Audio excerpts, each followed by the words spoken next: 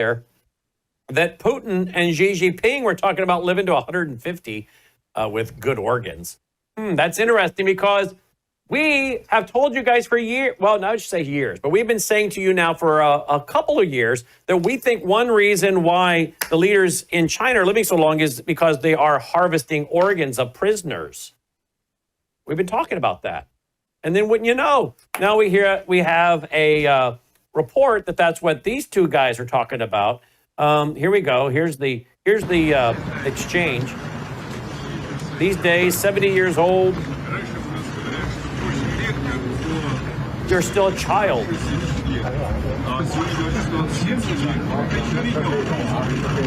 Putin speak. Don't know what he said.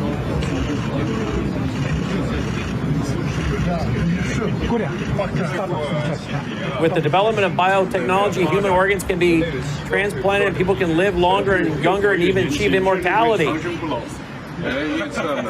Predictions are this century there's a chance of also living to 150. And they broke down the whole conversation. There it is. Xi Jinping. In the past, people rarely lived to 70, but today at 70, you're still a child, Vladimir. With advances in biotechnology, human organs can be continually replaced, allowing people to live longer and longer and even achieve immortality. Xi Jinping. According to projections, there's a chance to live up to 150 years in this century. Well, they also showed up a lot of military might. I even have a report here about a possible, I don't know, I have to pull it up. I think it was the military website I visit, but apparently there was an intercontinental ballistic missile put on parade. We'll take a look at that here. Joining me to discuss all this is David Pyne. Hello, David. Hey, Brannon, great to be with you. How you doing? Good. Happy late VJ Day. Yeah, same to you. Explain to our audience for those who maybe don't remember, because there's lots of young people in this audience. Yeah, so September 2nd, 1945 was Victory over Japan Day. It's when the Japanese surrendered to MacArthur on the battleship USS Missouri. My own grandfather was parked right alongside the Missouri on the USS West Virginia, a battleship, and saw it live. Wow, fascinating. All right, what do you make of what's going down in China today? Well, I think, this is just a continuation of what we've been seeing over the past few years. It's really been accentuated by, Biden and I guess now Trump's war against Russia and Ukraine, with Russia and China being pushed together by the U.S., India now being pushed into China's arms by President Trump's 50% sanctions, which have dropped India's U.S.-India ties to an all-time low. Our ties with Russia are at an all-time low. One of the big lessons of history is the best way to achieve security is not so much having close ties with your allies, it's having good relations with your enemies. Because if you have good relations with your enemies and you're resolving potential conflicts diplomatically instead of militarily, then the chances of going to nuclear war with them are near zero. And unfortunately, we haven't seen that happening. But this was, today's military parade was the largest in Chinese history. It was exclusively with Chinese troops, but as you mentioned, it showcased a lot of new Chinese weapons, most of which have already been seen in past parades, but at least one of which hasn't been, and that's the ICBM you referenced, which is the DF-61. The DF-61 ICBM has not been referenced in any unclassified sources up to today. There's some articles about it speculating as to its capabilities, but it's clearly the most advanced ICBM in China's arsenal. I would assess that the DF-61 is being used to populate many of the 360 new ICBM silos that they've created in 3 different ICBM fields that are located primarily in northwestern and western China. So this, we struggled to even build. We haven't even built a single nuclear warhead from scratch since 1992. China's built thousands. Russia's built tens of thousands. China and Russia combined with North Korea, I think they've each built at least 5 new ICBMs, ICBM models, multiple nuclear anti-ship missiles, hypersonic missiles, hypersonic glide vehicles. so much, and we're struggling just to get, to modernize our arsenal, which still remains populated primarily with, Minuteman III ICBMs that were first deployed when I was a year old. You and I were a year old. So Wow. this is we have a rapidly decaying and obsolescent nuclear arsenal. Russia, China, and even North Korea have much more advanced missiles than we have. They have mobile missiles that we haven't had for many, many years. Our last mobile missile was the Pershing, which Reagan got rid of in the 1980s. So this was denounced as the axis of upheaval. But this is really that just kind of denigrates what is really a very powerful alliance, the most existential threat the U.S. has ever faced in its history. The alliance that you just saw, the alliance that was on display at this parade. Yeah, I've seen I've seen some foolish neocon pundits say, well, China's not a threat because they don't have any allies. Well, there were 20 leaders, 20 leaders in attendance at this military parade, and nearly, most of them are formal Chinese military allies by being members or associate members of the Shanghai Cooperation Organization. And some of the notable attendees included the leader of two NATO states, Turkey being the most obvious, and also Slovakia. Erdogan, I think, was there. Fico was there from Slovakia. There was also the president of Serbia was there. A former prime minister of Japan, a leader, the parliamentary speaker of South Korea. So it wasn't just East Bloc countries that were involved. There were some West Bloc countries in attendance as well. And I think it's because they recognize that the balance of power has shifted to the Russian and Chinese side.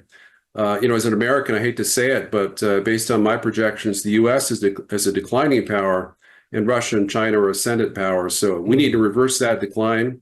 The best way to do it, I think, is to end the war in Ukraine, establish a strategic partnership that's mutually beneficial with Russia, break them away from their full military alliance with China. And that's an idea that Trump has been supporting for a year. But unfortunately, he's been pursuing policies that have had the opposite effect. So there is a new world order shaping up, but it looks like it's going to have China and a lot of their allies being the ones that lead this new world order. Yeah, we have two opposing new world orders. Obviously, the one that President George H.W. Bush proclaimed when he invaded Iraq the first time in 1991. And then the one that Russia and China and India have been trying to cobble together since 1997, when we pushed them together with Bill Clinton's foolish decision to expand NATO to Russia's borders in Eastern Europe. That's something we hadn't seen. Russia, of course, had borders with NATO in northern Norway as well as Turkey, but never in Eastern Europe. And that was essentially our successful attempt to upend the post-war international order, because the understanding that we established with the Soviets, with Gorbachev, that in exchange for collapsing the Soviet Union and allowing the reunification of Germany, we've maintained Eastern Europe as, the former Warsaw Pact and former Soviet republics as kind of neutral buffer states, which is exactly what the war in Ukraine is being fought over, is that Russia's trying to transform Ukraine back into a neutral Switzerland type state,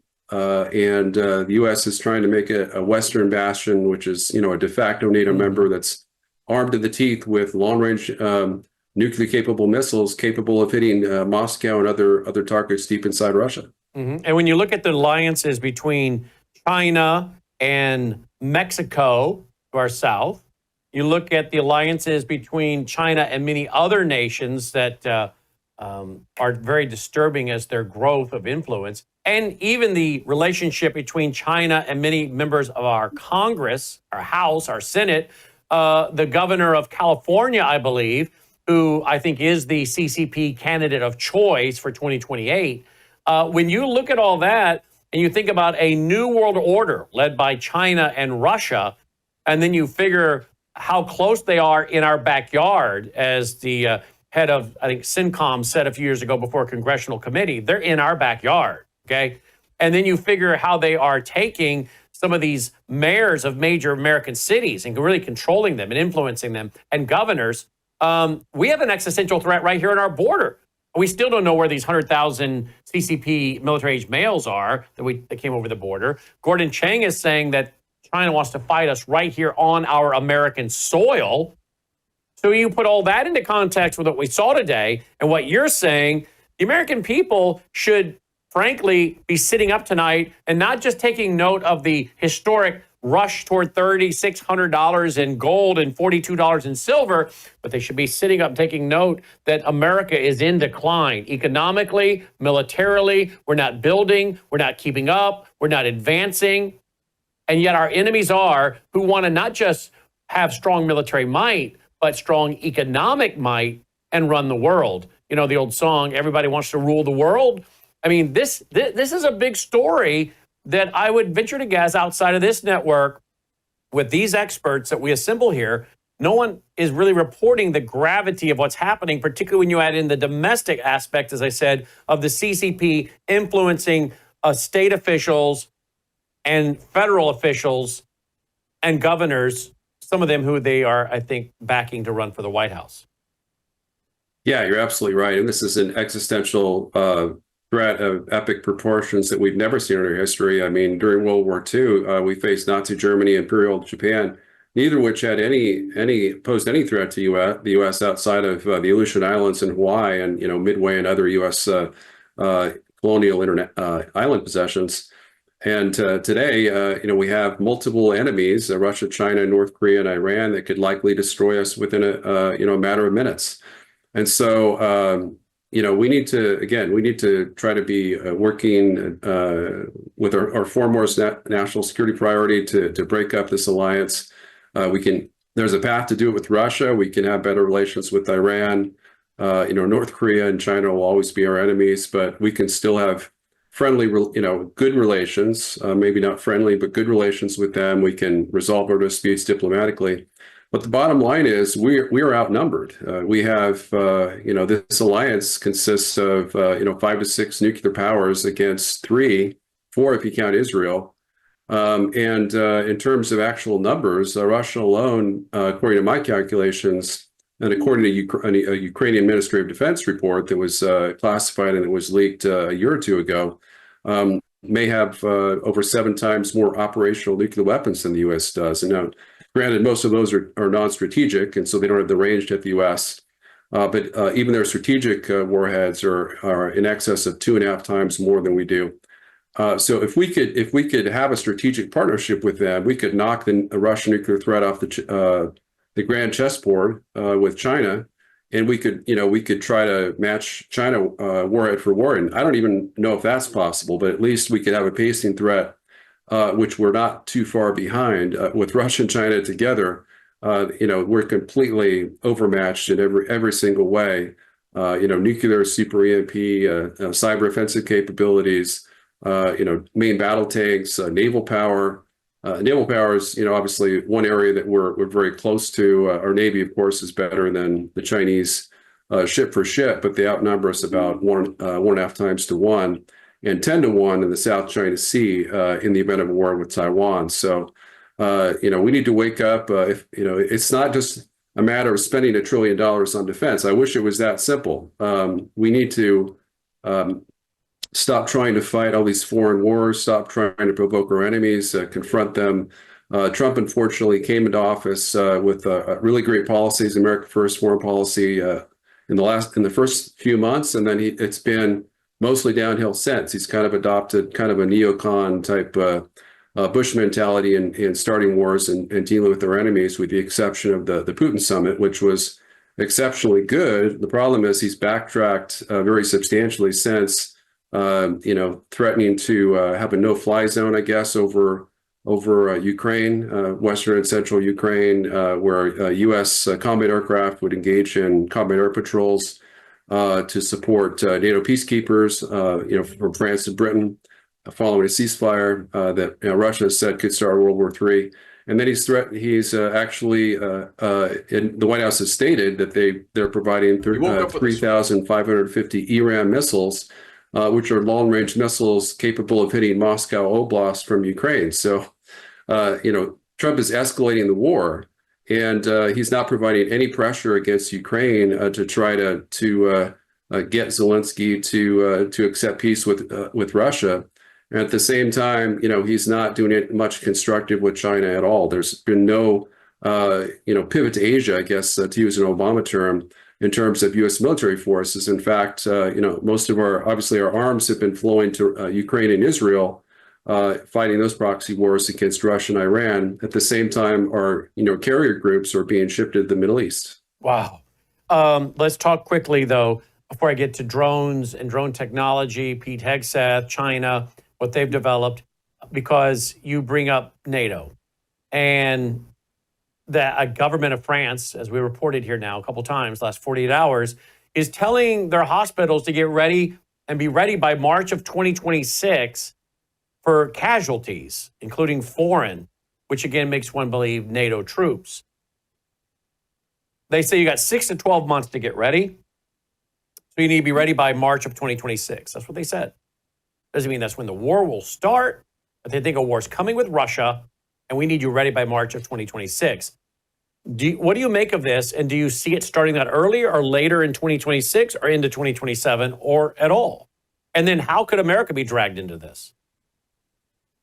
Well, we could be dragged into the war the same way that, Britain and France were dragged into World War II when Germany invaded Poland with a foolish military alliance that actually made them less secure. That, NATO, of course, is making us less secure. And Trump admitted that. He stated that more than once. He talked about our alliance with Japan being one-sided. I'm not sure he stated that our alliance with NATO is one-sided, but it really kind of is. I mean, does anyone really believe that if we got super EMP'd, took down our power grid, and China was landing 2 million troops on the West Coast, that NATO allies would come to our aid when they're so much smaller and don't even really have a capability against Russia to defend the borders of Eastern Europe? I think the chances are very low. There's any student of history has to realize that we had two regional war, our great power alliance systems, transformed two regional wars in Eastern Europe into unnecessary world wars that cost a total of 110 million people. I estimate that if we stumble into World War III because of our NATO membership and foolish actions by Britain and France sending troops into Ukraine, it could cost 700 million lives. So 7 times more than were lost. Actually, 10 times more than were lost in World War II. 70 million losses in the Second World War. So, if President Trump were wiser, he would follow his gut feeling, which was correct, to pull us out of NATO, as he stated, I think, in 2018 and 19, that telling John Bolton and other of his cabinet members he wanted to do. All right, here is Pete Hegseth back in July on drones. Watch and listen to this, guys. We know why we were put here. We were brought here to rebuild the military, match capabilities to the threats of today. So while our adversaries have produced millions of cheap drones, before us, we were mired in bureaucratic red tape. Not anymore. In June, President Trump issued an executive order unleashing American drone dominance to bolster our drone industry and arm our warfighters, because that's what we're all about. So today, I'm rescinding restrictive policies that stifle production, and this will unleash American manufacturing and the ingenuity of our warfighters by doing 3 key things. First, we're going to bolster the U.S. drone manufacturing base by producing thousands of American-made products, prioritizing Buy American. We'll arm combat units with a variety of low-cost, American-crafted drones, leveraging our world-leading engineers and AI experts. And third, we're going to train as we expect to fight. Senior officers, I'll grab this. It's the memo. Senior officers must overcome bureaucratic risk aversion in budgeting, weaponeering, and training. So here's the memo we're signing today, delivered via drones, here on the front lawn of the Pentagon. All right, there you go. Now, that's all good and nice, but take a look at this headline today. China's imposing LY-1 high-power laser weapon unveiled at huge military parade. The LY-1 is reportedly designed primarily for protecting ships against drones and missiles, but appears to also have a role on land. So, China is ready for this drone fight, apparently. I wonder, do we have this kind of technology? Are we showing it off? Are we advancing it? I don't know.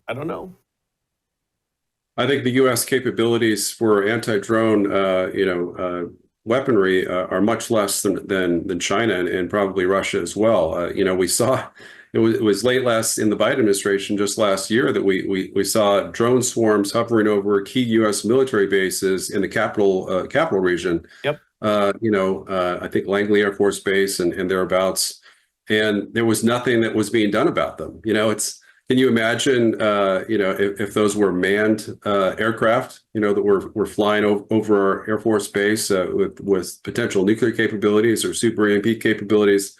Would we, just do nothing about them? So I think Trump's made some changes to that. I think he's likely made it, there were some political restrictions, where the generals weren't even allowed to shoot down the roads if the drones if they wanted to. But also, we didn't have a lot of anti-drone capabilities in the homeland to begin with. The problem is we've shifted so many of our military capabilities abroad, from regional missile defense systems, anti-drones defenses, Patriots. We've really neglected the homeland defense, and that's really what defending the country is all about. And now we have there was a bill in Congress sponsored by Senator Lee and another member of the House, a Republican member of the House, to change the name of the Secretary of Defense to Secretary of War. I don't mind that, but to me, the focus really needs to be on defense, and it shouldn't be on war, because essentially what that incentivizes the Secretary of Defense to do, Pete Hegseth, the future Secretary of War, presumably, is to focus on offensive capabilities, which is, we're really good at conventional offensive power projection, but we're very poor in terms of strategic and homeland defense, which was supposedly the focus of the Hegseth Defense Strategy Memorandum. Let's see. I know I had another topic I wanted to hit with you real quick, David. Oh, yes. You put it out. 6 German AfD conservative nationalist candidates have been assassinated by left-wing extremists just before key state elections. I'm not hearing too much about that in the mainstream corporate media, are we? Yeah, it's not just German conservative nationalists. There was, I think, a French conservative nationalist parliamentary that was killed as well. Now, I was being a little bit facetious in terms of exaggerating. I don't have evidence that it's been done by left-wing assassins, but I think we can all come to our own conclusions. It's not just a coincidence that 6 conservative nationalist German politicians were killed right before a German state election. So, especially when it's not even limited to Germany. A mysterious French right-wing politician was killed as well under mysterious circumstances. I mean, this has become something that we see increasingly brazenly with leftists targeting President Trump. Obviously, the two far left Ukrainian backing assassins tried to kill President Trump. We heard that the Iranians were after him as well, but there's no evidence that that's the case because there have been no attempts on the Iranian side. So,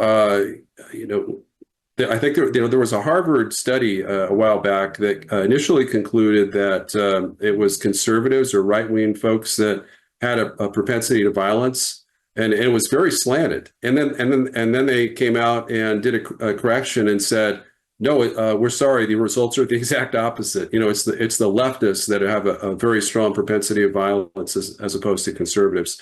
And we've seen that with trans terrorists here at home, domestic terrorists, and we see it abroad as well with these assassinations. And now, as we're on the air, we're hearing, and I just looked it up, they're saying there's now 7 of the AfD candidates dead. 7. Yeah. So obviously this is a coordinated, assassination operation. We can only speculate who it's from, but it could be Muslims, it could be far left politicians. It could even be the deep state in Germany. That's just like the deep state targeted Trump here at home. If on a scale of 1 to 10, let's say all these, and by the way, how many of those countries that met today with Xi Jinping in China, how many of them are nuclear armed? So there were 5 official nuclear powers that attended the parade, in terms of national leaders, and then Iran, which I've strongly suspect has nuclear weapons based on their deployment of super EMP satellites over the United States. Okay, so nuclear satellites over the United States, something we've talked about with Peter Pry, where he passed away. So if 10 is where the 10, let's say these folks are at 10, when it comes to their ability, their preparedness, the precision. If they're at a 10, what do you think America's at? 1 to 10, 10 being the best, what are we at? Well, I mean, you have to be specific in As terms far as of our, military. as far as our defenses, our readiness, our survivability in terms of preparedness and equipment to deal with attacks from these countries, both cyber, missiles, drones, all the above. If we go to World War III and you're just wargaming it, how confident are you about our ability to respond and defend ourselves? The U.S. currently, its official policy that the U.S. will not defend the U.S. homeland against Russian or Chinese nuclear missiles. We only are allowed to defend against North Korean nuclear missiles. We have no defense against super EMP weapons. We have limited defenses against enemy cyber offensive capabilities, but really very limited. They could take us down likely with cyber alone. They could take down our grid. China has, I think, 11% of our transformers in the grid are Chinese built, 493, according to the latest estimate by Tommy Waller, who's the CEO of the Center for Security Policy, who I've been working with in the past. So in terms of our readiness, our capabilities to defend against some kind of existential nuclear, super EMP, or cyber threat to the U.S., we would be guaranteed to lose a nuclear war with Russia and China. And they could likely defeat us again with just cyber attacks and the 100,000 PLA troops here in the U.S. That we know are here that are deployed presumably on Chinese farmlands located near 17 key U.S. military bases. And we talk about this a lot. They could drop a bunch of containers from Chinese container ships and use Club Ks on diesel trucks, drive them right within 50 to 200 miles of D.C. and take out the Pentagon and D.C., potentially taking out all 3 nuclear footballs. And according to Colonel Rob Manus, who's one of our premier nuclear experts, certainly on the nuclear football, for which he wrote the handbook, it would take several days at least to reestablish nuclear launch control, during which Russia, China, North Korea could take out every nuclear target we have. All right. Well, I think we should be focusing on these things, obviously, but Congress and so many others are not even talking about this. I mean, they aren't, are they? They're not. No, they operate under the illusion that the U.S. is the world's premier, military power, the strongest nuclear power. It's just not true. I'm not sure it ever was true. Certainly, we were by far the strongest economic power. China's now overmatched us. We're now the second largest manufacturing power. Their defense industrial base could be 5 to 6 times larger than ours. We just don't build things. We don't build weapons anymore. We have to use Chinese rare earths and Chinese components, even Chinese motherboards in our weapon systems that they could potentially hack in the event of war and either turn off our weapons and missiles and even aircraft, or even employ them against us, according to a former DHS official that I've spoken with. So instead of concentrating on all these data centers, not to mention what it's doing for water and power and draining on us, instead of concentrating on all these data centers, we should be concentrating on building facilities to manufacture weapons, and we should be working on the technology that's available to harden the grid, right? Yeah, absolutely. I mean, honestly, it's at this rate, it's almost too late. I think World War III is all but guaranteed by 2027, unless we have, President Trump decide to make a deal with China over Taiwan, or simply state that we will not defend Taiwan militarily. So really, what we is most imperative at this point is to show strength by a diplomatic offensive with Russia and China to resolve our areas of conflict over Ukraine and Taiwan. And once we do that, we bought ourselves enough time to do everything you just stated. Rebuild our nuclear missile arsenal 2 to 3 times larger.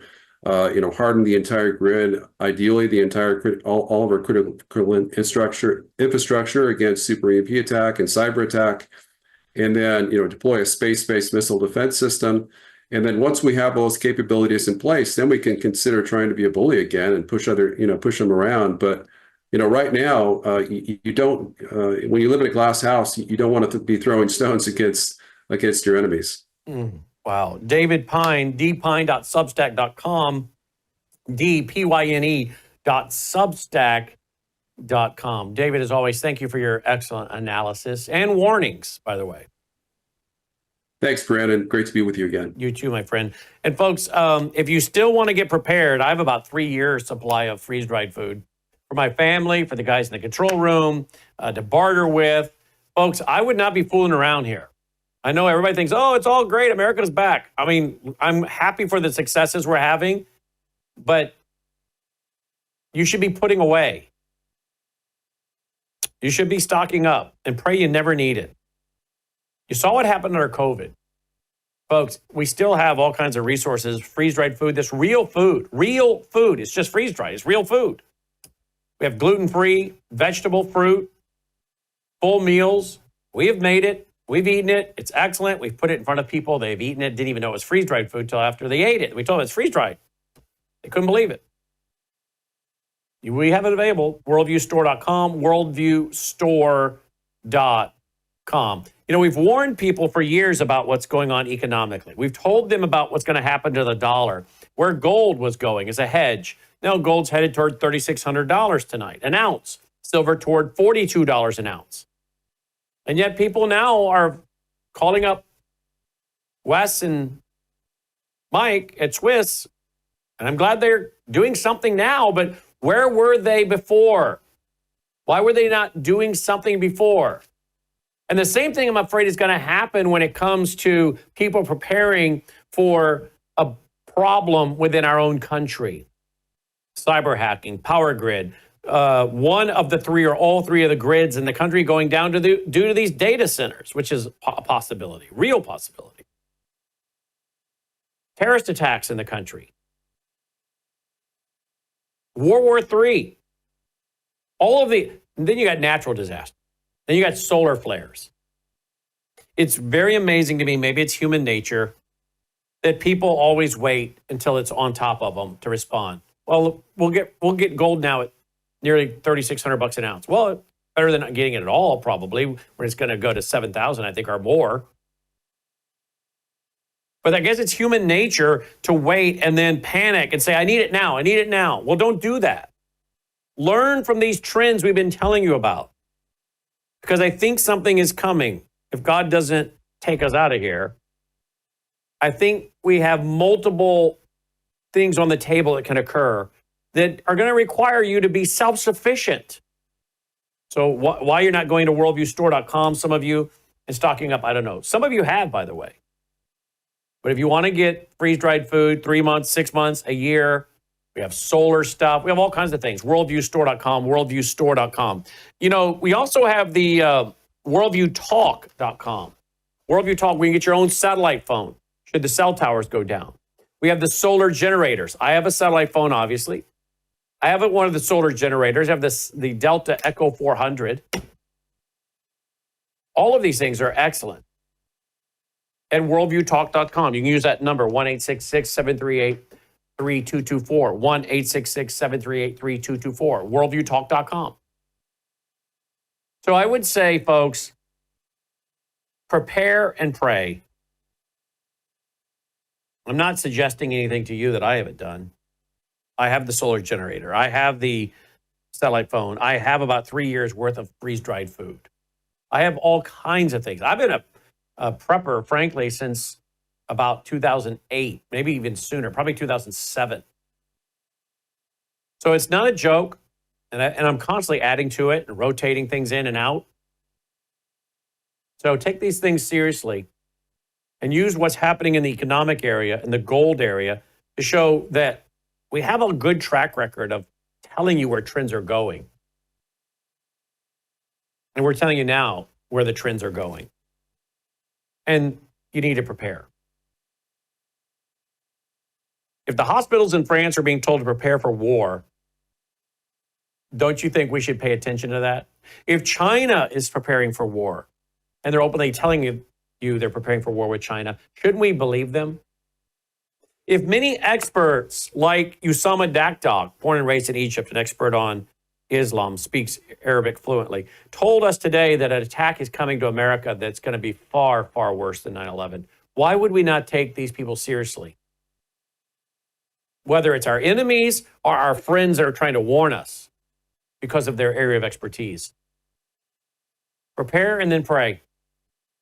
But there's going to be a lot of people that could have prepared, and they just chose to keep being apathetic and passive. Some folks are on fixed income, and you can only do so much. And that's why for years I've said, well, buy a little bit. Buy a little bit every month. Buy a little bit every quarter. Whatever you can afford, and build it up. Because just like what we've seen with gold, people wait, they wait, and then the phones ring off the hook. A lot of folks are going to do this when it comes to their own personal preparedness. You can't eat gold and silver. As great as it is as a hedge against inflation, you can't eat it. So I'd suggest you get ready. Worldviewstore.com, worldviewstore.com. This would also be a great time to show up at our national conference. Coming up Friday night, October 3rd, Saturday, October 4th. And listen to Gordon Chang, and listen to Chris Martenson, and so many of these experts telling you what is happening, what the trends are, and how to prepare.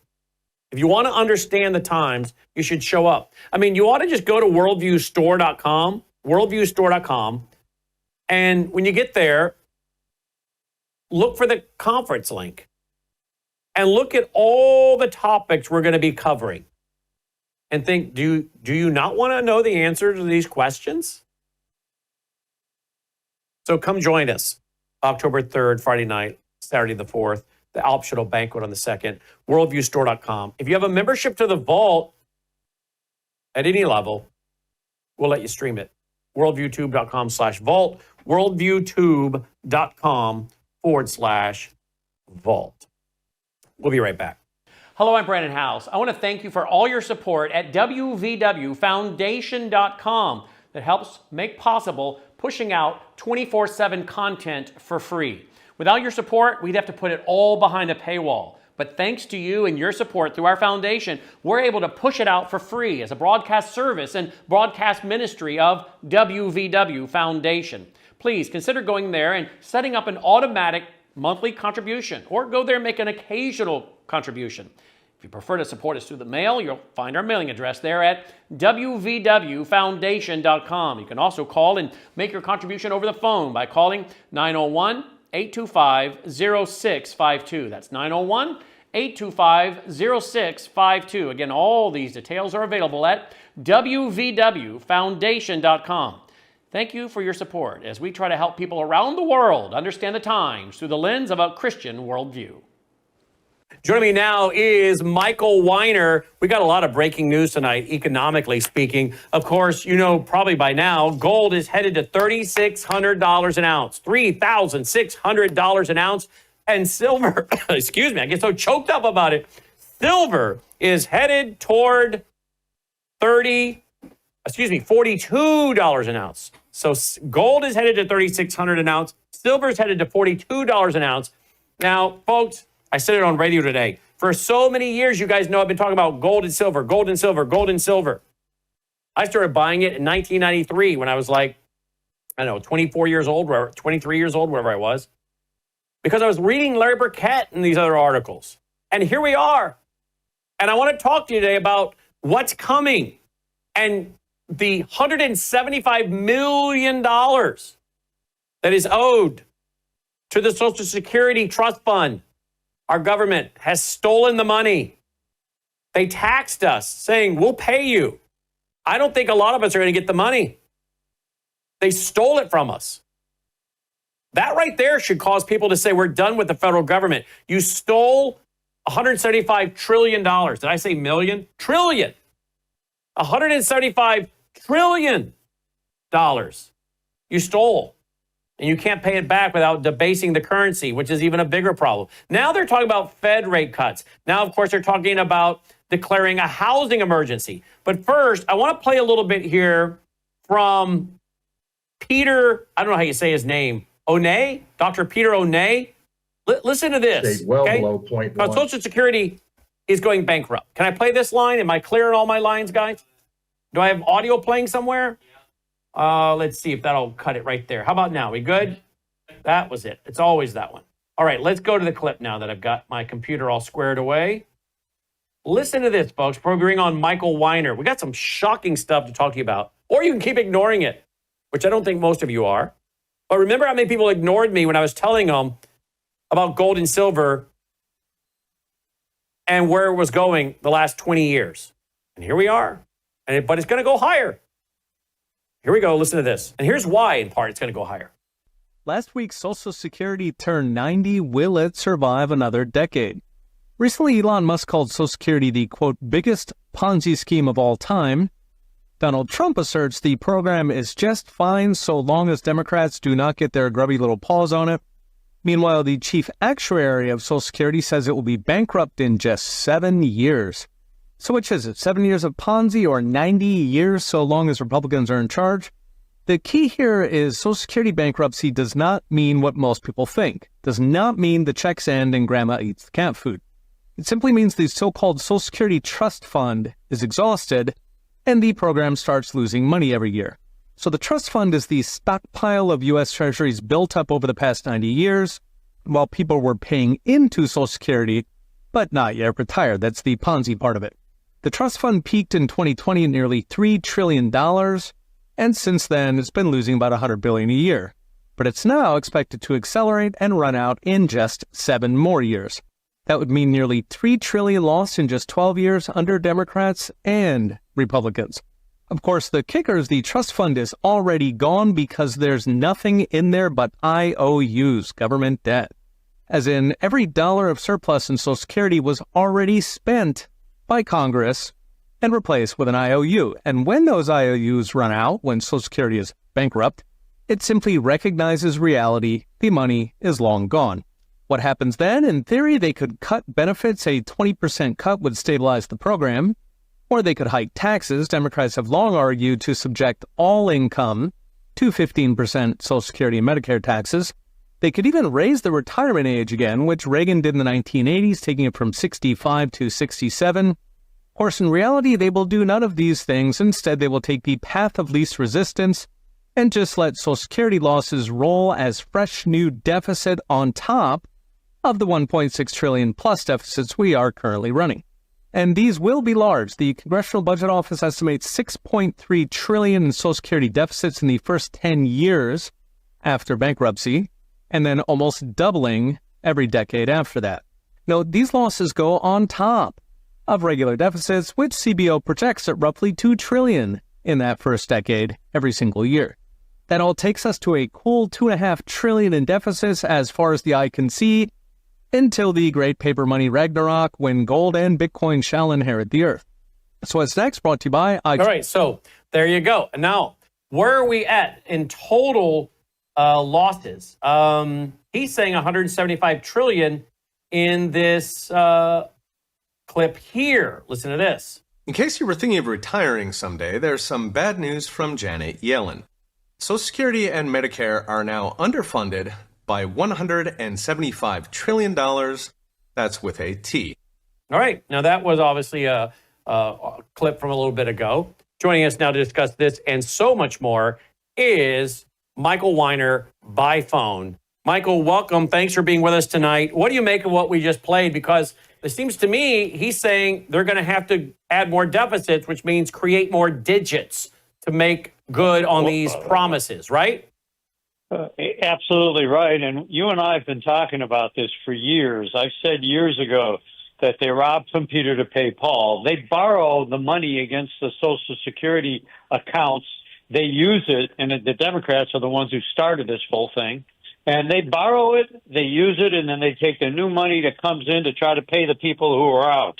And at the end of the day, understand the fact the only people recognizing this at the present time is Trump and Basant. They have to. They're paying attention to it. And the reality is that the only solution to this is generating enough money coming into the country where we can leave the Social Security account alone. But that's going to take time. And, some of it you could say might have come through tariffs, but, right now you got the Democrats fighting tariffs, which is, like they're fighting crime. But reality is Social Security is broke. It has been broke. They borrow all the time from it still. And we've got to sit back and think to ourselves when we're receiving our paycheck and you get a pay stub and you see the money that goes to your Social Security, the SS, and you say to yourself, I'm putting that away.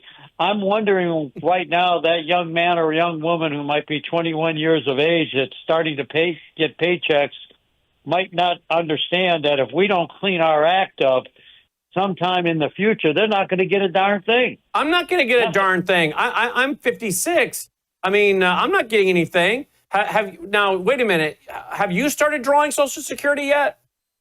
Well, I'm over 1,000 years old, but at the end of the day, and all kidding aside, not yet. But I can say that if I was anybody right now of any age, I'm going to look into it because I'm over 65 now because of the fact that you might as well start taking them before you can't. And the reality is we've talked about something that ties into this, and that's the nationalizing of retirement plans. There's 60 to $70 trillion in retirement money. And if they nationalize it, where the government takes over all of our hard dollars and issues a soft dollar credit theoretically into Social Security, guess what? You no longer have any say-so on your retirement dollars. And reality is that you have no beneficiary. So your family's cut out. You have no access to your money. Obama tried it in 2011 called the GRP plan, the Government Retirement Plan. They keep talking about it like we're going to protect your retirement dollars when, in fact, all they want to do is get their greedy little hands on our retirement dollars. That's why President Reagan created gold IRAs, because it's a physical asset that they don't have direct access to. Any paper asset you own, including your Social Security account. Here's your best example. Your Social Security account. The government could take it. You can't do anything about it. You don't think they can shut down the trading on the SEC can and grab up stocks or mutual funds with a snap of a finger? Of course they can't. They can't touch physical assets without going in and emancipating it, which takes 90 days in court. And that's why gold IRAs are so important. Okay. But Social Security is what it is. So we're now today at gold headed toward $3,600 an ounce. Silver headed toward $42. It's all over the news. So, ABC News, everybody's talking about it today. Wait a minute. Why is this such news? We've been telling people for years that this was going to happen. And months ago, I told people, I remember you'd asked me on the show in April when it hit 3,500. You said, what did I think? And 3,400. And I said, gold's going to hit 4,000 by year end. This is the dead time of the year.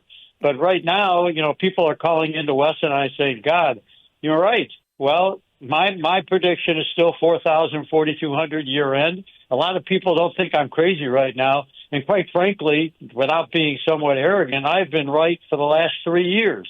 And no, you've been right. You've been right your whole life. Come on, don't be so humble. You've been right your whole life, Michael. Right. But in all due respect, it's just common sense. We are going to have a new economic world coming in around us. We've talked about it. It's all going to be digital. It's happening right around you right now. And either you pay attention to it and realize that all of these countries that are buying, that are changing to digital, including China and all their buddies, India and Russia and the rest, and all these other countries, England, the European Union going digital, and now we going digital with the Genius Act and the staple coin. understand the fact it's going to happen. And every single one of these countries are embracing gold in their central banks to give stability to the craziness that's going to go on. We are telling you to create your own financial stability and have gold in your control or in your IRA where you at least have an anchor against it. Mm-hmm. Well, I'm showing a chart showing gold from 1940, basically, to today. And it really started taking off in 2021, which is when they, of course, were pumping money due to COVID. It's just gone up like a rocket ship since 2021. Mm-hmm. I mean, $1,600 an ounce. And then we were talking till we were blue in the face about it, right? Telling people to get ready. And then 2,000, and then 2,400, and 2,800, and then 3,200. Here we are. Now, I'm guessing people think, oh, it's too high. I've missed it. It's too late. But you got people like Jim Rickards and others saying 10,000, 20,000 an ounce. Is that? I mean, some people thought he was talking too high a number at 5,000 an ounce. And that was, 10 years ago or more. And now we're at headed toward 3,600. Is $10,000 an ounce off the table, Michael? No, I don't think it's off the table. But Jimmy's a great guy. He's more of a currency guy than a gold guy. But he became a gold guy because they pay him for it. The reality is I've been looking at gold at $6,000 to $7,000 an ounce before Trump leaves office. Gold is no longer a commodity. So you're saying that people could still double their investment yet? Oh, absolutely. But it's not about doubling your money. It's about what's going to happen. You got to remember, Brannon, when there's gold is moving this way, something's happening another way. And if you don't pay attention, it's not just about making money. What we talk about at Worldview Weekend, from everything from the food that you try to protect people with, to the water you try to protect people with, to the phones you try to protect people with, this is protecting your financial stability. It's giving you individuality, which is a very hard thing to have. And that's what we preach constantly here at Worldview. But, ultimately, in my lifetime, I've seen gold go up 86 times in value. 86 times in value. So for somebody to tell me that gold could triple and go to 10,000, no worries. Okay, so but I just personally believe 7,000 by the time Trump leaves. Okay, so let's talk about why is gold going up? Why is gold going up? Does it have to do with the debasement of the U.S. dollar? And is it being debased because they're creating digits? Maybe not printing so much paper money, but are they creating digits and creating credit? Is the government taking on more debt? What is it that's making the dollar go down? Well, first of all, what made the dollar go down is what's gone on with they just printed so much of it. Oh, wait a minute. Printed. Look what I have today. You mean they were printing? Yeah, right? You guys, I got a new gun. You can't see me, but I have a gun, and I push a button, and $100 bills go flying out of the gun. That's right. That's what they're doing. They're printing. Have you seen these before? I bought one of these. Have you seen one of these? No, I haven't. Oh, look, go on a wide shot. I got $100 bills all over the place, folks, because they're just printing the money. Because they don't care. They don't care. So that's what they're doing. Get one of those. You need to get one of these because this is what they're doing. They're just printing the money, whether it's physical, paper printed, or digital. What they did, and the easy way to understand it, where it can make it down to the common folk level, is you play Monopoly, and all of us, most people in our lifetime have played a Monopoly game. Yep. And when you run out of money in the bank there, you're out of money, the game's over. What they've done in the United States is when they play all that money in that Monopoly game, they just get another game, steal all the money out of that, and get another game and take all the money out of that. So what's the next game? What's the next game? Stable coins? Stable coins is the situation where the government is going to sit back and issue a currency based on staple coins, which ultimately they're not. Everybody was worried they're going to change the money and grab up the currency. They're not going to do that. What they're going to do is create the stable coin, which they have to combat the rest of the world. We've got to pay attention to this, but there's going to be a devaluation and a revaluation and a debasement, as you call it. They're going to turn around and say, okay, those staple coins, which are equal to a U.S. dollar, now have gone and decreased by 20%. and that's your devaluation. So you'll have less staple coins against the dollar, and then ultimately they're going to revalue it, and then literally after a while, your dollars will just disappear. People will stop even carrying them. You've got some young people who never even carry any paper money anymore. So it's just going to be an attrition. But it's going to, the problem that people, and that we've talked about here, Brannon, is people got to understand, this is not something that's going to happen over the next 5 years. It's happening over the next 12 months. And either you tune in and pay attention, and I've said this with you, Brannon, at the beginning of the year, the middle of the year, and 2 weeks ago. And that is either you start protecting yourself now or you pay me more money later and get less gold. That's all right. Or that's all. Now let's go to, by the way, if you want to get, I'm going to talk about emergency housing declaration. Emergency, housing emergency declaration by the Trump administration. What does that mean? What does that look like? You can get your free packet on how to put gold into your IRA or take physical possession. Numismatic, 1933 and older, gives you complete privacy by law. They do not have to report it to the federal government what you bought. So you could look at taking some some assets off the bullseye. I don't give financial advice. I give financial opinion. So do your due diligence. You can get the packet at worldviewgold.com, worldviewgold.com, or by texting Wes Peters at 602-558-8585. Wes doesn't join us much anymore because, frankly, he's too busy. I talked to him 3 times on Saturday. He's too busy getting all the information out to you guys because the phone lines are melting down over there, they tell me. Michael has got like 20 appointments to talk to some of you guys already. So they're very busy because now that it's hit $3,500, now people are calling. I just wish they had called when it was $1,600 and $1,700, but Michael says it's going to go to $7,000 before Trump leaves office, or about the time he leaves. Yeah, that's a projection. We're not not telling you that's exactly what's going to happen. But how many of you think they're just going to stop printing money? I mean, do you? Do you, Logan? No. Either we start paying attention to ourselves. Some people are being lulled to sleep because they just don't think it'll ever happen until it does. We talked months at the beginning of the year about that old Twilight Zone show where these people built this fallout shelter and everybody laughed at them for building this fallout shelter. I think you played it up there. And then at one point in time, when the bomb was coming, everybody was trying to break into their fallout shelter.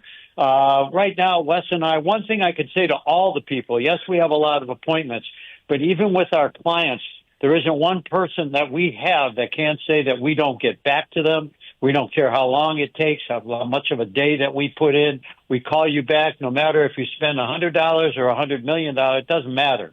Everybody, we stay on top of where you're at. But this is a period of time you need to be one-dimensional. If you call us, we will get you taken care of and helped and balanced. But it's up to you, okay? It's up to you. All right, let's talk about the housing emergency, because apparently the Trump administration is talking about declaring a housing emergency. What does that mean? What does that look like? Well, first of all, the housing market has actually gone out of control. The opposite way when we saw the collapse of the housing market and you could buy a house for a song, it's gone the other way and has driven the housing market up to some ridiculous levels.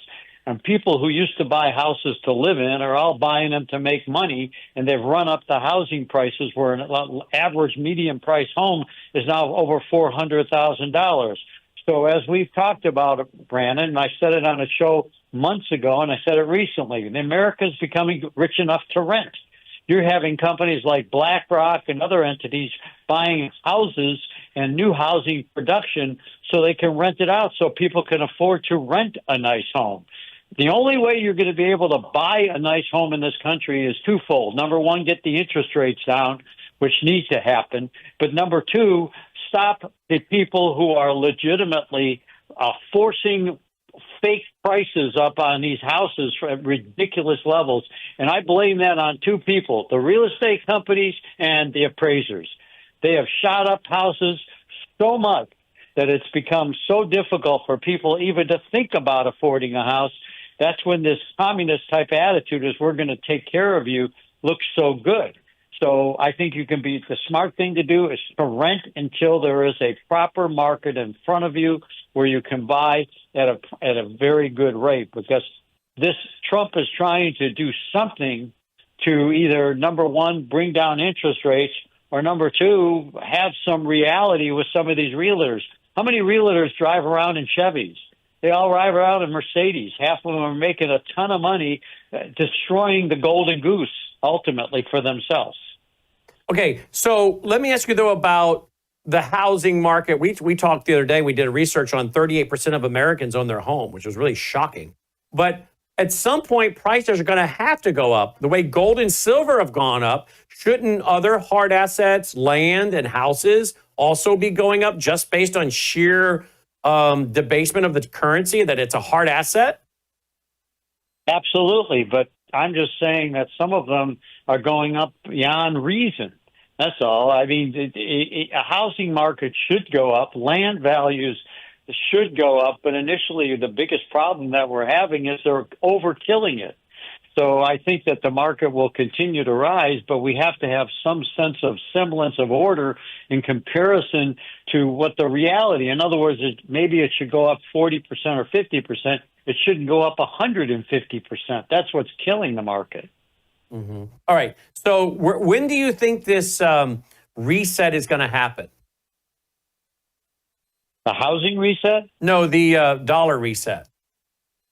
The dollar reset's going on as we're speaking right now. It's happening around us. It's literally happening as we're speaking. The Chinese had their meeting in July where they did everything with the BRICS and restructured everything as they said they would. And that's happening. The European Union is moving forward with their digital currencies. That's going on right now. That's happening. And, you know, for anybody who's saying, when's this going to happen? We just passed the Genius Act here. All of that involves the currencies, and that's already happening. The issue is with the federal government, it just hasn't gone into effect totally because they need to get all the bells and whistles in line before they release it. So I guess my comment, you know, is it's already happening. It's going on around us, and either you realize the fact that by the time you realize it is going on around you, you'll be right in the middle of it. It's like stepping into quicksand. All of a sudden, it's up on your ankles. The next thing you know, it's up at your knees. Here's an interesting little chart. This is a website that's. Let me just show it here. It's really kind of interesting. The medium-priced house in June of medium priced house in the U.S. In June of 1995 was $108,000. Okay, isn't that something? Let's just go a little bit ahead. Let's go to, say, January of 2000, 131,000. Let's go to April 2006, 213,000. Then we had the housing crisis, and it dropped by February of 2012, it had dropped back to 169,000. But remember, we're still back in 1996. It was at 108,000. So again, 269,000 in 2012, not too bad still. But then starting at around, I would say, it looks like around May of 2012, it starts its journey up. And by the time we get to 2020, the average house is $275,000. Today, the average price house by May of 2025 was $427,000. I'm rounding it off. $427,000. So from June of 95, 108,000 average medium price house, to May of 2025, 427,000. A lot of that has to do with, I don't think supply and demand. I think a lot of that has to do with the debasement of the U.S. currency. True or false? True. Absolutely true. The reality is all of these games that have gone on tie into the overabundance of currencies that we have done. And it's a situation that as time goes along, it's going to get considerably worse. And paying attention to it has never been more important than right now. I totally agree with you, Brandon. And if you look at why BlackRock and these groups are reportedly buying up massive amounts of houses, they're going for hard assets. They're going for real wealth. Real wealth, according even to the Bible, is gold, silver, land, cattle, houses. And look at where the people that have so much money are putting their money. The central banks are putting it into gold and silver, mostly gold. That's what they're filling their vaults with. And I'm guessing that some of these hedge funds and groups are buying gold, but they're certainly buying hard assets. We just reported last week that apparently Warren Buffett, his company, put $1 billion into these two building companies, and that reportedly BlackRock is buying up whole neighborhoods along with others. They see what's coming, and they're hedging the inflation with a hard asset, even if it's not gold and silver, it's a hard asset of a house. Is that what they're doing? Not to mention the cash flow that they're going to gain as well, but just a hard asset. Correct. They're looking at America being rich enough to rent. They're saying, okay, we're going to be your grandpa. We're going to buy all these houses up, and then we're going to let you rent it from us, so that way you can live in it and send your kids to these nice schools and live that nice life. But you don't have any of the overhead, any of the expense, any of the taxes, or anything else. We're going to handle all that for you.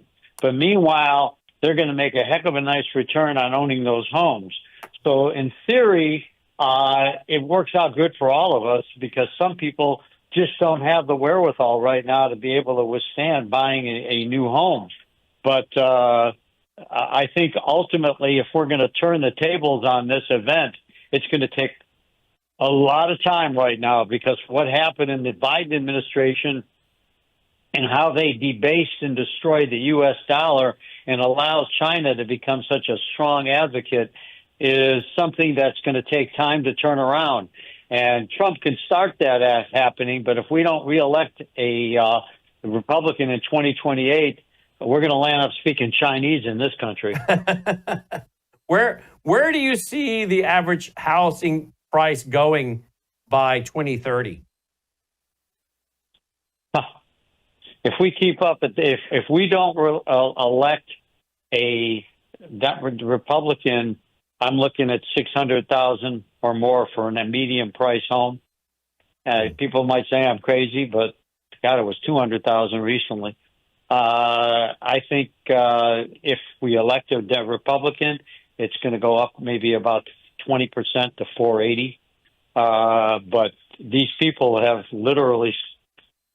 actually destroyed the golden goose, as it might be. And I guess we need to realize the fact that if we don't stop what's going on here, it's going to get considerably worse. What do you think the Trump administration could do to deal with the housing crisis? I mean, I know they're talking about not wanting to overstep their authority with state governments, counties, local cities and towns, whatever. But it sounds like they're looking to go after zoning. It sounds like they're looking to make it lower down payments. Now, that makes me a little nervous, because if you go with lower down payments, you're going to create a housing problem like during the Fannie Mae, Freddie Mac problem. I think the Clintons helped create that. So I don't know about this whole lower down payment thing, but I guess bringing down restrictions and whatnot could be a good thing, unless of course they start forcing communities to lax their building restrictions so that more towns can throw up more apartment buildings, which I know in our town, there's a lot of them going up, and there's a lot of people ticked. They don't want to be surrounded by apartment buildings. So I guess I'm a little concerned when I hear them talking about these are some of the solutions they want to put up for housing. Why can't we, if we're conservatives, just let the market play it out? Why does the government got to get involved? You're right. I think that the Trump administration knows the first thing they got to do is lower interest rates. That's going to open the floodgates on a bunch of people to buy homes. Secondly, they have to sit back by bringing down the cost of building and things of that nature to make it more substantive to be able to buy. Trump is talking about privatizing some of the Freddie Mac and Fannie Mae and changing it so it has a little bit more of a business-like control. The good news is Bill Pulte, who is the one who outed Letitia James and the others, is a brilliant developer. His family have been developers, and I know his father because Pulte comes from Michigan, where I came from. They used to build small houses back in Oak Park, Michigan, and Southfield, Michigan, years ago. And they're billionaires now, Pulte Homes. But at least he has a common sense idea of what people need besides having some figurehead in there who has no idea of the housing market.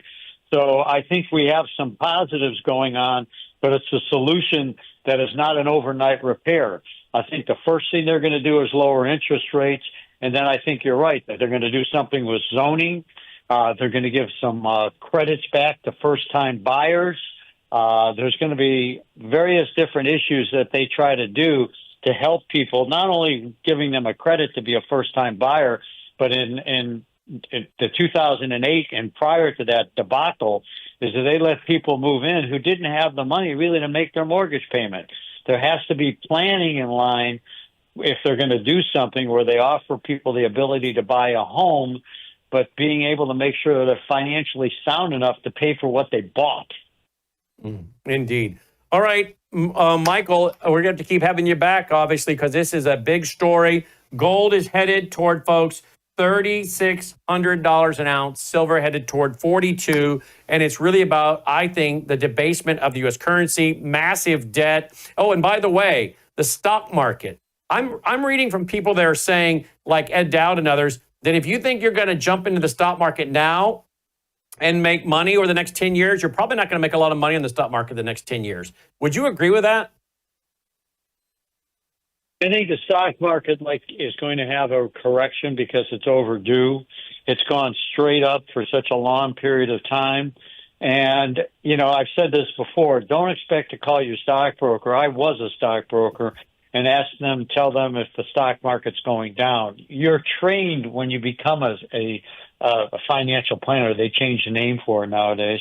When you become one, not to tell you the market's going to go down, because if they do, you're going to take your money out of it. Yep. So what they do is tell you to hang on, it'll come back. There's nothing wrong if you're balanced properly in gold to go to cash positions if necessary.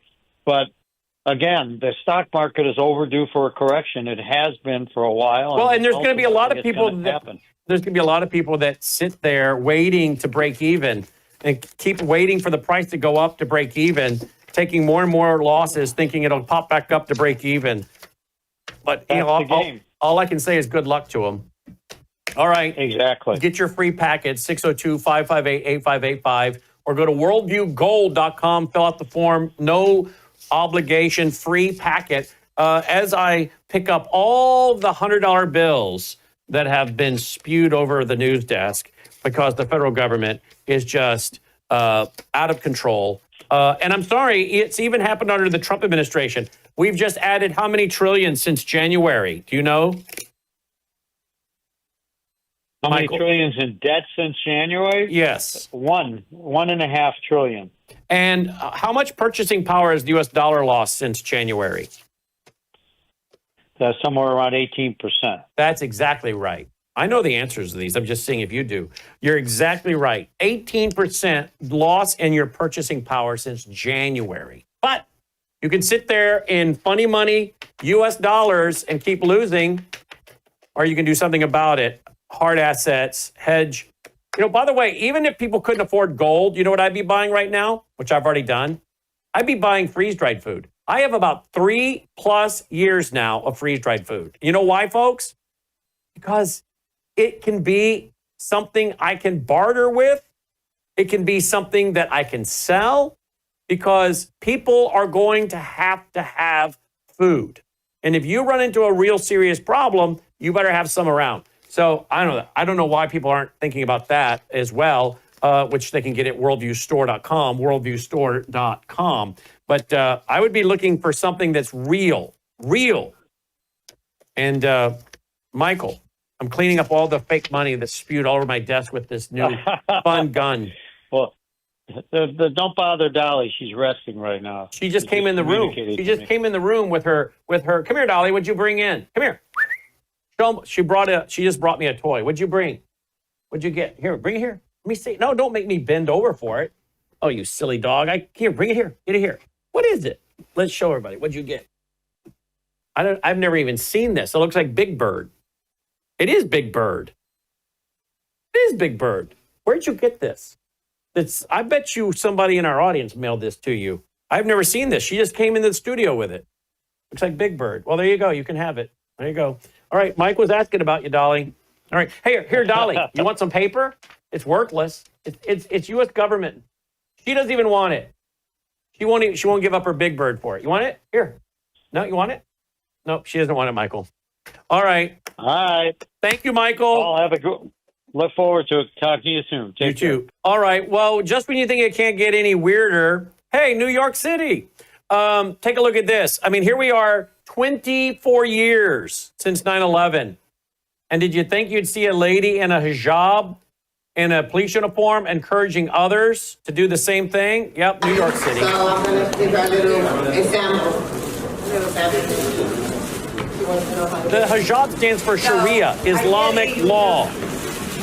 There's different ways, by the way. You fit it how you want to, but you could make one side short, one side long, right? And then you put it over and over around your face. And some ladies get creative. You can put a pin. I freestyle everything I do, as you can see. And then I just tuck it in right here. And you wrap it around to your quarters. Make sure your bosom is covered. Make sure your bosom's covered. There's different ways, but this is the most simple way that you can wear it. And you know why, folks, right? Because it's in Islamic teaching. You need to dress like that if you don't want to be accosted by a Muslim man and cast your eyes downward. I'm not kidding. Okay, so instead of being out there catching criminals, they're teaching people how to put on the hijab, Logan.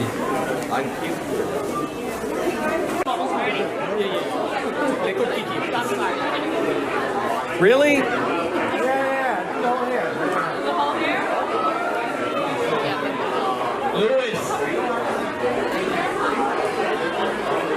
These are your police departments.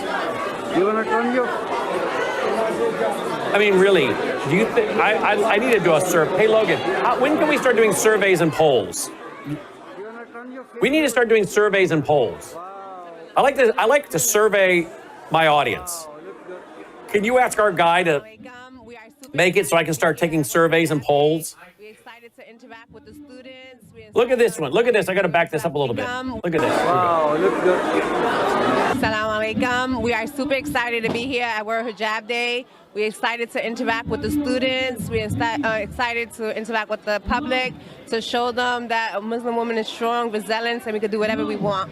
Well, we can do whatever we want. Well, I would ask your Muslim husband about that first, sweet baby girl. Muslim Hijab Day, New York cops wearing their uniforms. I wonder if we could get away with wearing your cross pin and have a cross and everybody puts it on and celebrates that in the New York City. Or read your Bible Day. You think you could get away with wearing your New York City Police Department uniform and have a Read Your Bible Day, Logan? I doubt it, too. Assalamualaikum. Today's Hijab Day, or Sabko Hijab Mubarak or Hijab Day Mubarak, or just be who you are with the hijab. Just be who you are with the hijab. All right. Assalamu alaikum. We're happy to be here to show our support to these girls and encourage them to be who they are. Thank you. Okay, wait a minute. That's a oxymoron. Be who you are, but wear the hijab. I think Annie would have something to say about that. Don't you, Logan? Be who you are. Be a strong woman, but make sure you show that you are surrendering to Islam in the hijab.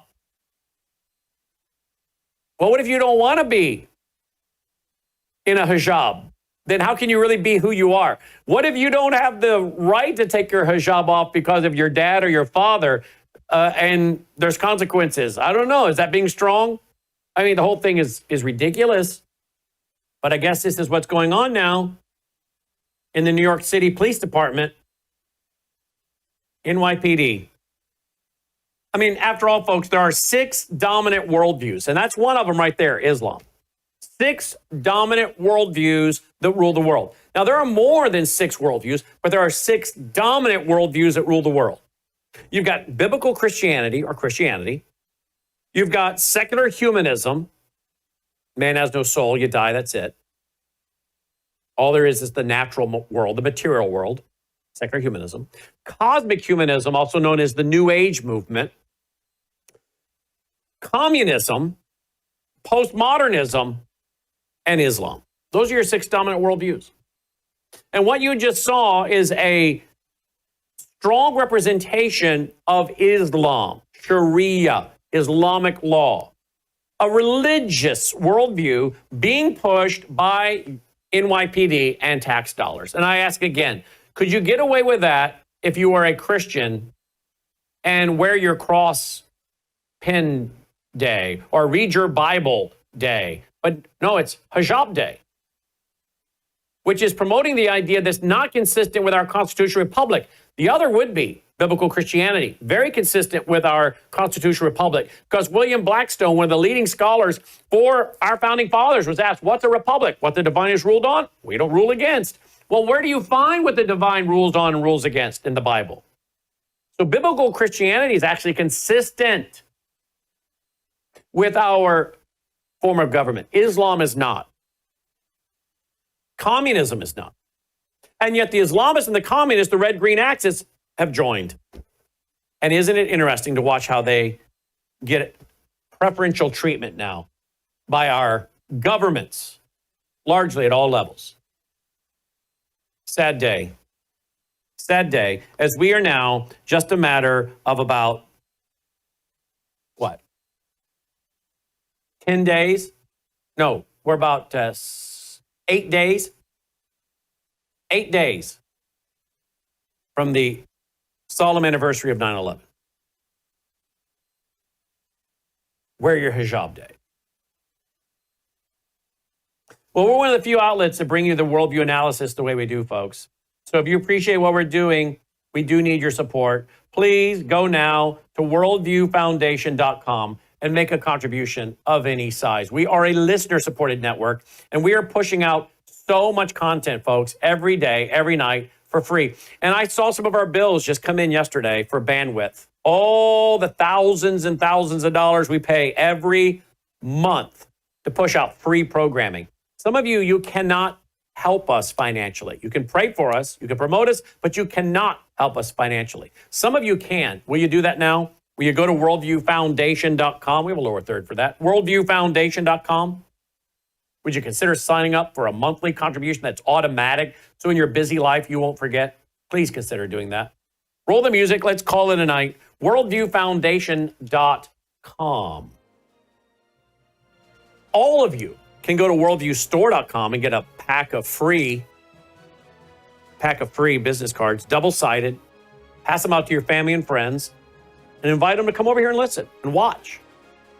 Free business cards to pass out, promote us. Pray for us, promote us.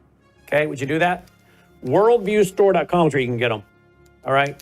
Thanks for listening. Till next time, I'm Brannon Howse. May God save America. Take care.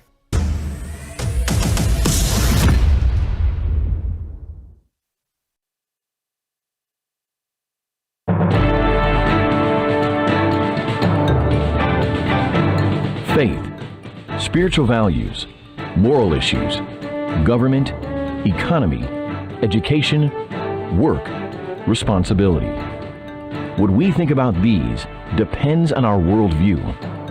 Now, VCY America presents Worldview Radio with Brannon Howse. Welcome. Glad you're with us on this September 3rd, 2025. I'm going to have on Colonel Rob Manus and Usama Dakdok. I want to talk about what just went down in China. Xi Jinping was hosting Putin and the North Korean leader, Kim Jong-un. and they had a massive military parade. What does this tell us, if anything? Apparently, they also showed off a very large intercontinental ballistic missile, China's new DF-61. All right. And you know what's interesting? I guess they were also joking. One of them, they were caught joking about how they could live so long. You could live a long time. Apparently, they're joking Putin and Xi Jinping, quote, in the past, people rarely lived to 70, but today at 70, you're still a child, end quote. That's what Xi Jinping reportedly said from the translators. This is going everywhere. Lots of outlets have it. Vladimir responds, quote, with advances in biotechnology, human organs can be continually replaced, allowing people to live longer and longer and even achieve immortality, end quote. Supposedly, Xi Jinping responded, according to projections, there's a chance to live up to 150 years in this century, end quote. Now, where has it been reported, Logan, that the leaders of the CCP generally are older